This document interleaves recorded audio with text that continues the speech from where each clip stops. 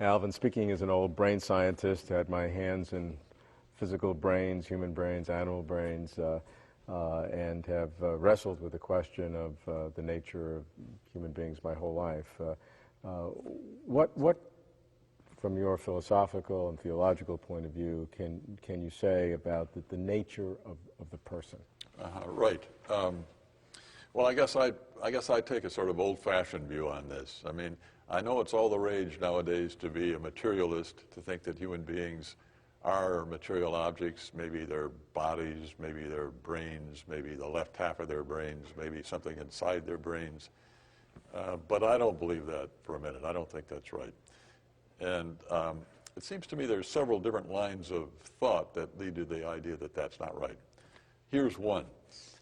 If I were a material object, it seems to me I would have to be my body, or maybe my brain, something like that, or some part of it.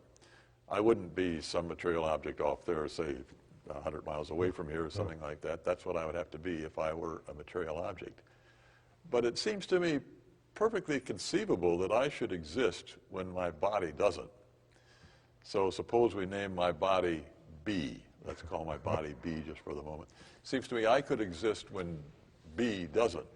So, for example, you know, there is this story by Franz Kafka, Metamorphosis, in which this fellow, forgot his name now, winds up one morning, he wakes up and he's in the body of a beetle. Yeah. He's now got a beetle body for a body. So he looks up and he sees his, you know, I don't know how many, I think a beetle has, what, eight legs, but there they are all waving away. He finds it really hard to get out of bed. He's on his beetle back and so on. He finally gets out of bed, and I can imagine all this happening to me, going over and looking in the mirror. Wow, I'm a beetle. But that could happen when at the same time B, you know, that body that I was saying I wasn't, was destroyed. So now here I exist, but B doesn't. So if that's possible, if it's possible that I exist when B doesn't exist, then I'm not identical with B, because then there'll be something true of me that's not true of B, namely, possibly exists when B doesn't.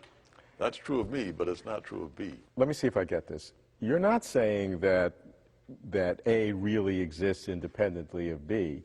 What you are saying is that I can conceive that A could be independent of B. No, I'm saying something stronger. Where A is me and B is my body. Right. I'm saying it's possible that I should exist when B doesn't.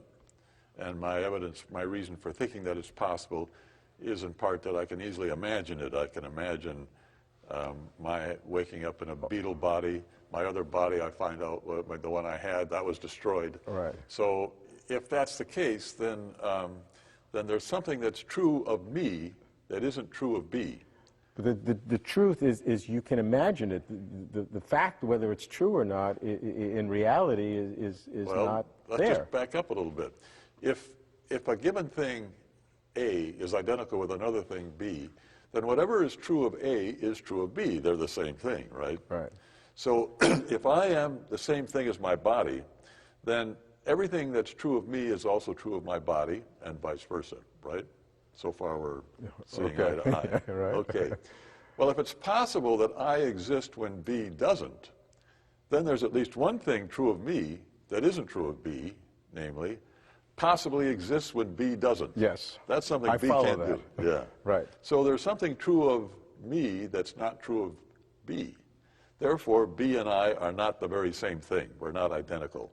And if that's the case, then I am not the same thing as my body. But this distinction between A and B is a possibility. It's not, it is an indeterminate fact. Well, but you're saying the possibility itself becomes a fact because it makes A and B different because there is this possibility. Yeah. So if is that sufficiently strong? Well, if there are possibilities for A that are not possibilities for Yes. B, then A and B are not the same thing. They're not the same thing in this counterfactual world, so to speak. Well, they're not the same thing at all. I mean, what I say is, this is called Leibniz's law, okay. that if A is identical with B, then whatever is true of A is also Yes. true of B. or if A is identical with B, then every property A has is one B has, and conversely. Well, among the properties are modal properties, like being possibly such and such. Mm-hmm. So if it's true of A that it's possibly such and such, but it's not true of B that it's possibly such and such, then A and B are not the same thing. Well, that's the way my argument goes. I say it's true of me that possibly exists when B doesn't, but it's not true of B that possibly exists when B doesn't. Yeah. Therefore, B and I are two different fellows.